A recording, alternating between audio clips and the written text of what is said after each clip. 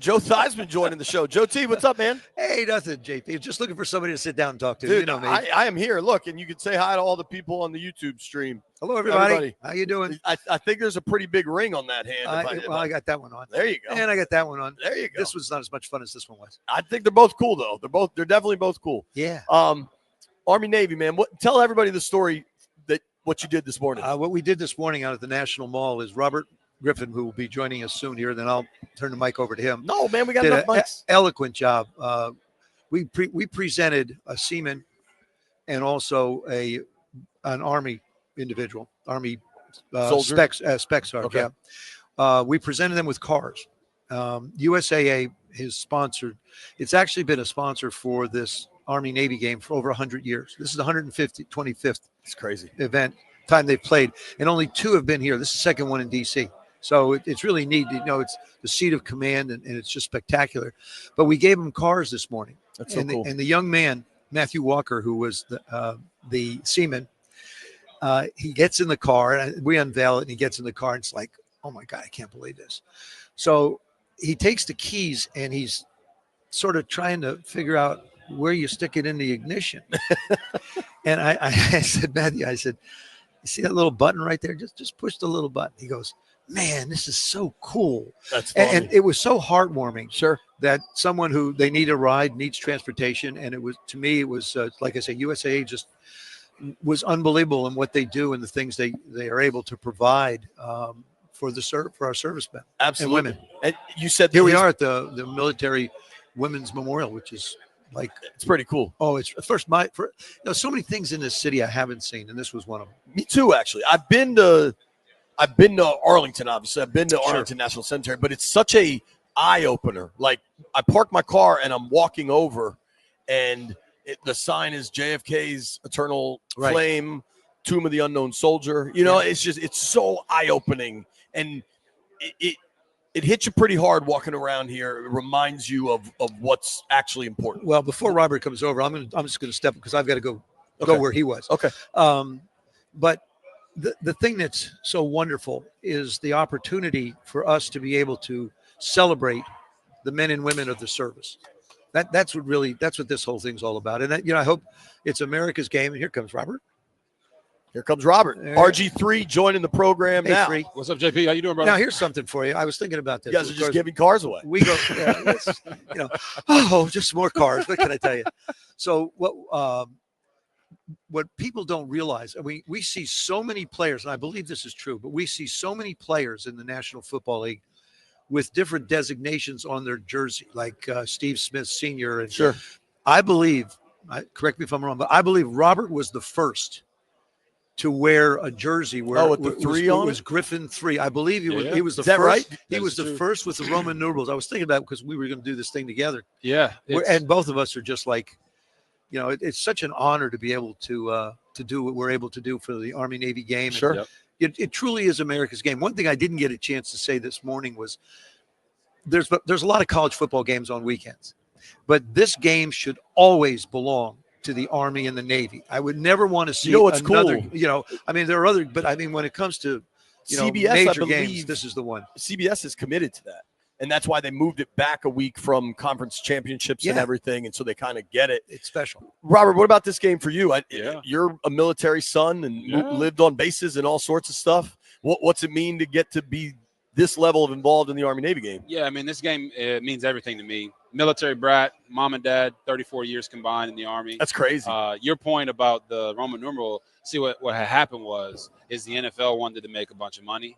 So they hadn't have a habit of that. They hadn't allowed anybody to put those on their jersey before, but I had that in college coming in as a Heisman Trophy winner. They made it a rule. Literally, as soon as I declared for the draft, they told me I'd be able to wear that Roman numeral. Well, it's like your name. Now you see it's just part of your name. Now you see it everywhere. But when you talk about this Army Navy game, I agree with you. It should have its own designated day. It's America's game for a reason. Sure. Like, JP, you don't have a job. I don't have a job. We're not talking on the mics right now. If it wasn't for our military men and women, they provide us that freedom. They fight for our families' freedoms before their own. And that to me is something that's always truly special. And being here with the OG, you know, the MVP, the All Pro. He means old guy. No, I said There's some good rings on that. The on those original hands. gangster. Okay, the Super Bowl champion. To be able to do this stuff with Joe in DC means a lot. This is where I made the majority of my football memories as a professional athlete. So to give back, and you know, we gave the cars away, but the guy, the service member who got the Army car, Specialist Caleb Dooley, he's a single father with a 1-year-old son who's been borrowing a car for an entire year. Oh my gosh. So he was extremely excited, but I think for us, the gratitude and the thankfulness comes from the fact that we're able to take that financial burden off of his shoulders. Sure. And the first thing he said when he got the keys was like, wow, now I get an opportunity to really just focus on being a great dad to my son. That to me is impactful. Sure. That's something that USAA is doing. It's not just saying we're going to do great things. They're actually doing great things. So I'm happy to be a part. Yeah, the deeds they put out are just spectacular. Actions, not words. Man. Yeah, the Actions, other thing not too words. is, you know, as athletes, people, and I told this story, people come up to us and call us heroes. Yeah. You know, they'll come up and say, you know, hey, you know, you're my hero. And listen, I'm appreciative of the recognition. You were my dad's hero. And then they go and they say, my grandfather. I go, whoa, don't take me back to your grandfather's days quite yet. But the thing is we aren't heroes. We appreciate that. But these men and women that put the uniform, these men and women that are at the academies, that these are the future leaders of our country. Oh, yeah. These are the leaders of men and women. They're the real heroes. And so, you know, we go to work every day. We're coming home. They go to work. There's no guarantee. And that's why we ought to appreciate them as much more than we do. The other thing we have to take into consideration is the fact that we walk the streets and we take things for granted. And we shouldn't take things for granted because it's their sacrifice that's allowed us to do this. But the funny part from my perspective is nobody ever says thank you. Nobody. You see somebody in uniform. I see people, you know, I travel in airports a lot. I see people in uniform, policemen, our military, and everybody.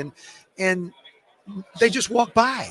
And I'm thinking, do you understand what that uniform represents? Sure. That represents that person giving up parts of his life for you. Yeah. And why is it so hard just to say thank you? Correct. I mean, why is it so? Thank you. Certainly. It shouldn't be that complicated. We're sitting here at USAA Radio Row for the Army-Navy game with a pair of burgundy and gold legends, Joe Theismann, Robert Griffin III. I don't know what schedules will allow, so I'm gonna ask you both something. RG3, you could start. This town has had quarterback trouble probably since you played. A knee injury robbed you of your career. They might have found an answer. What do you think of Jaden? No, they found their answer. Jaden, in less than a year, has proven that he's a franchise quarterback. And I've told this to Jaden. You know, I'm honored to be a mentor for him. But the bottom line is this team hasn't had a guy since this guy. They haven't had a long-term franchise QB in decades. And Jaden doesn't have to do anything different than what he's doing right now. Be himself. I think they're set up for long-term success for 3 reasons. One is the structure. New ownership, new GM, new head coach, new offensive coordinator provided a growth environment for Jaden to step into and be able to take this team, you know, by the horns and lead them wherever they need to go. The second thing is Jaden is playing within himself. He's not trying to be Superman. You know, he throws for 175. He throws for 175. Yeah. He's completing high percentage balls. He is playing high level winning football and running when he needs to. We all saw the Hail Mary, but it's unbelievable. That's not a sustainable. It's one of the greatest plays in Commander's history because he's a commander. But and the third thing for me is just his ability to take over this city. Yeah, sure. The energy. He's fun to watch. Always has a smile on his dude, face. And he's always. The same guy in the locker room. He is 100%, low key. The only time you really hear Jaden kind of pipe up is when him and Bobby Wagner start debating basketball or baseball or anything. Like those two have such a good veteran rookie relationship. Right. Or when he gets hurt, he gets pissed off and comes to the sideline and throws his helmet. That's the only because he can't continue to compete. Correct. It's been That's all he wants to do. Since 1985. I think there's been over 40 quarterbacks that have started in this city, and you just can't have that kind of inconsistency. You look back through the history of starts. I'm second, I think, to Sammy Baugh in consecutive starts with like Rip is like third. Yeah. But the number's only like 99. Yeah. And there hasn't been a number of years where we've seen somebody line up and go. And the other thing, to echo what Robert said, Sure. is he's learning how to protect himself. Yeah. You know, he was like you. He's tight, and he's lean. Yeah. And fast, but he's learning how to protect himself. I watched him, I watched a couple games ago. He was running to the sidelines, and this is something we talked about. Correct. Is when you run to the sidelines, run through the sidelines. Don't get to the sidelines and think you're going to be protected. Yeah. Like you see, You used to like to mess with people on the sideline a little bit. Mahomes does I it think too. a lot of quarterbacks like to mess with it because you feel like it's giving you a little bit of advantage. But Sure. what ends up happening is when now you are trying to run out and you're not doing that, Yeah. the defense is saying, oh, he's going to do that. That's right. So, yeah, maybe you might get the 15-yard penalty 1 out of 3 times, but the other 2 times you're actually, increasing your chance to get hurt. And that's what we talked about. Well, that's what I told you. The other guy gets a 15-yard penalty. You get a week in the hospital. Right. Or Or 2 a weeks in the concussion hospital. or something. Or, right. exactly. Yeah. But and to me, I've always tried to stress this to every young quarterback. Your job, your number one job, is to be available to play and practice, because that is the only way you're going to get better. Yep. The only way you get better is going through it. Availability, right? Availability is the best I know quality, Caleb's having his trouble in Chicago, but the best thing that's going to come out of this year for him is he's got a year of professional football under his belt. Correct. And if he does the right thing, which is step back and examine his own game, Yeah. and then maybe they get some stability there as far as coaches go, where he'll be able to grow and go forward. This is a process. We're seeing, we've showered all these accolades on Jaden, and they're all deserved. Yeah. But what's the next level for him? Sure. Where does he grow now? Yeah. And this is one other thing too, really, is Cliff Kingsbury doesn't get enough credit for Agreed. calling the plays that allow him to get comfortable early. Joe Gibbs used to do this.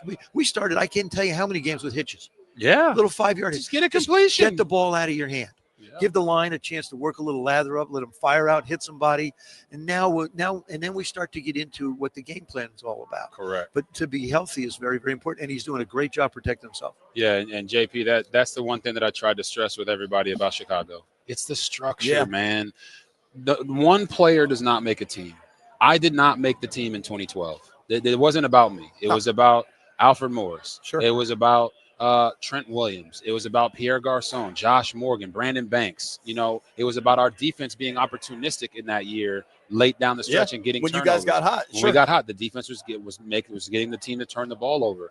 But Jaden comes in with a structure that is solidified, and they get to grow together. Sure. That, to me, was always the most important thing. Dude, you think about what the structure when you came in was not solidified. No, it was a different chaotic. Era. It was chaotic, and it only grew worse. More chaotic, almost. yes. You know what I mean? Which is It's interesting. night and day now. It's shockingly different over there. And you guys are different too. I'm not gonna lie. Like the vibe around the team is so much exciting and so different because there's no dark cloud around the team. Dude, I'll be honest. As a media member, they recently hired a new team president. Right? He came from Campbell Soup. I don't care anymore. Like the business stuff, the business stuff that all used to matter because it was like, what is Dan going to mess up next? Now it's like, yo, go sell tickets, get some sponsors. Terrific. That's great. Let's talk about football. But you talk about newness. When you step back and look at this year in this football team, it had the way to go like it had gone before. Sure. You've got an entirely new coaching staff. More than half the starters had never worn Commander uniforms. So you talk about, but they did such the most turnover in the NFL. And they did such a great job of bringing in veterans, keeping the guys that they felt were going to be of value, going out in the draft and finding the right kind of people. And, I think this is just the beginning of what they're building going forward. And now I get to go talk to some other people besides you. Right. Big shout Thank you, Joe, guys. Good to see you. you. Merry Christmas. Happy holidays, everybody.